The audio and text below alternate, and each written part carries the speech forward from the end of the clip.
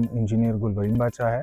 Bye profession I am a civil engineer, लेकिन मौसीकी का शौक़ और जुनून मुझे यहाँ तक लेके आया है कि people know me as a singer. मेरा मौसीकी करने का मकसद भी यही है कि I want to use it as a medium, कि लोगों तक अच्छा पैगाम पहुँचे और मतलब एक I want to preach peace with this. तो उसी हिसाब से मैंने इस गज़ल की सिलेक्शन की थी, देन आई कंपोज्ड इट और मैंने ये फिर रिकॉर्ड किया जो आपके सामने है।